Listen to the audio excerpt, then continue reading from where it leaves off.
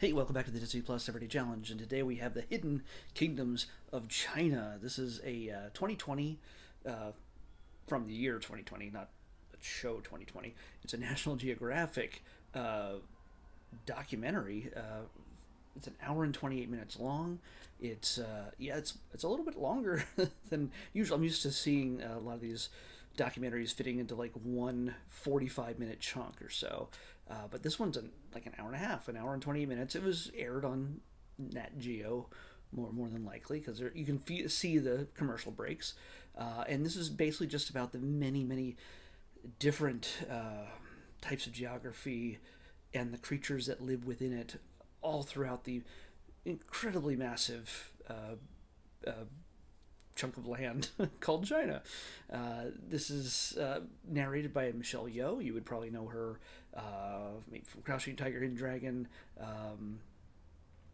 Star Trek Discovery, and even Shang-Chi, The Legend of the Ten Rings, which is coming up to Disney Plus in a matter of weeks, if you haven't seen it already in theaters. Anyway, Michelle Yeoh does an astounding job just narrating this entire thing, just talking about the different creatures. She's a little bit more lighthearted in this than she usually is in some of her roles. She's a little bit intimidating, obviously, in many of her film roles, especially in Star Trek. Yeah, she's Philippa Georgiou. She's a bit intense, and you always feel that maybe she's being playful, that she's going to then attack you and gut you. I don't know, but in this case, yeah, it's not so threatening. She's very personable in this, and it's always good to have her involved in anything that I watch. If she's in it, I know I'm going to enjoy it, especially her part. So anyway, she talks about all the different creatures that live within it. Obviously, pandas. We get to see so many of these creatures up close. The snub-nosed monkey here, which is a source of some legends, and also is just a little bit cute and terrifying at the same time, kind of like Michelle Yeoh, but cute and terrifying. That's I don't know if that's I want to be diminishing of Michelle Yeoh. Like I said, she's intimidating. These snub-nosed monkeys, uh, they are very, let's just say, they have these big, dark, black eyes, but because they don't have more of a chimp-like face. They're snub-nosed, obviously, but they look a little bit more human, although very red and furry.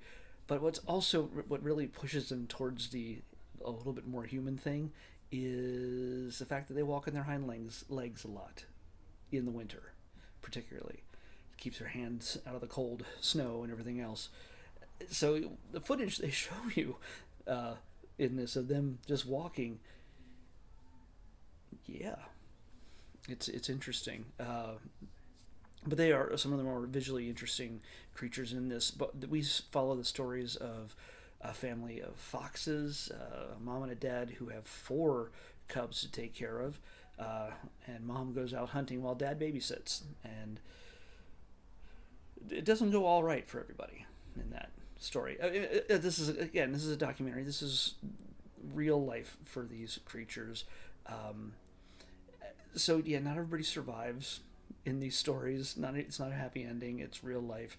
You see a lynx taking down a gazelle and doing what he can to drag it uphill to keep it safe from the flying predators or scavengers above him. Because the second that he looks the wrong way, he or she looks the wrong way, that I guess I can't remember if they were condors or if they were vultures or what, but the moment he looks away, they can see a dead body from like 7 kilometers away.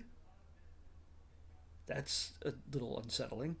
Um, but when they're circling, you know that your meal is not safe.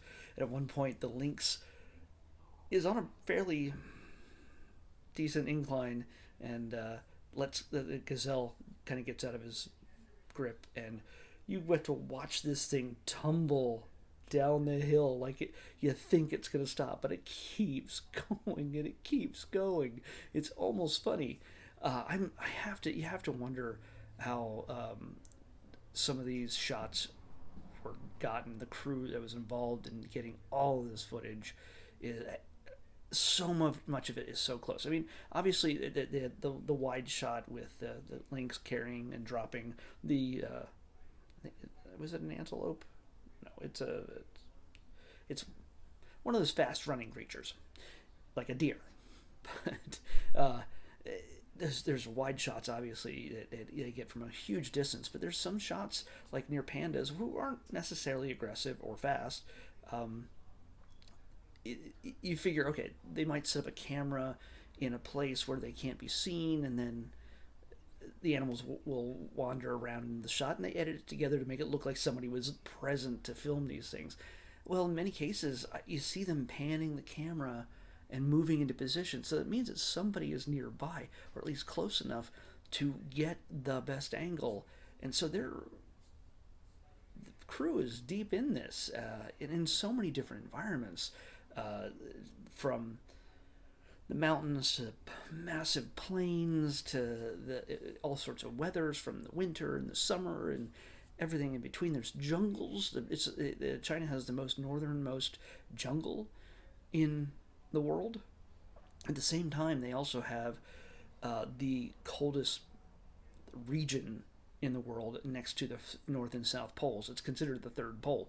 There is so much to learn and to see. I mean, and since this is very new, the type of the quality of the footage is so clean and so if you have a 4K television or higher, I would throw this on here just to look at the tremendous landscapes and the detail they show of all these creatures. One of the most fascinating things, though, was caterpillars or little tiny like larva type creatures that are so elaborately shaped and so many bright colors and but things that they have on them that keep them safe from predators.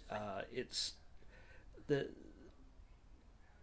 they're pretty astounding. That section alone was fascinating to me, just to see these things that were this big, but bright green and yellow and red, and then black spiky things all over them, and some that make their bodies look like the heads of snakes in order to fend off predators. There's how these creatures evolve to do such things is truly astounding, and it's something.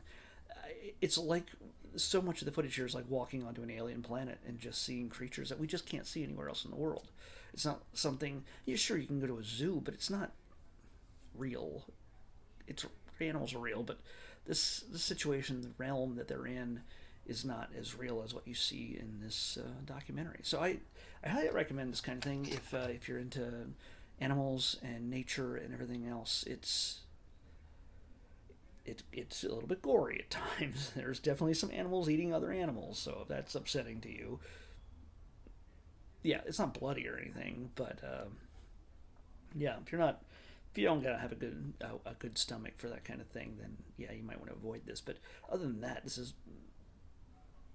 I've seen things I've never seen before in this thing, and I know National Geographic sort of takes footage from certain trips and then sort of parses them out to different documentaries. It seems like that because they have the snow leopard, I think, in this one, and I swear some of that same footage was in a different documentary about snow leopards or China's or India's cats or whatever it is, the cats from that continent kind of thing. I'm pretty sure I've seen some of that footage before.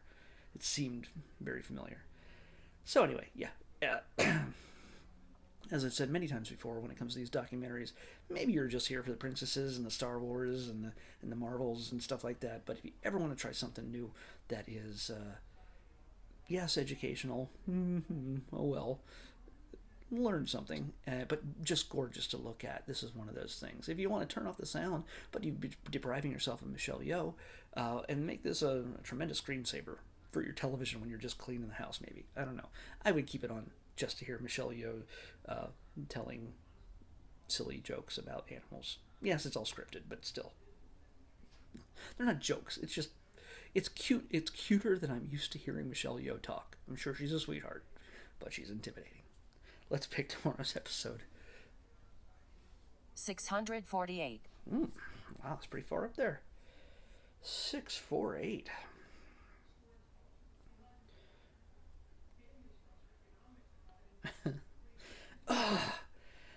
Okay.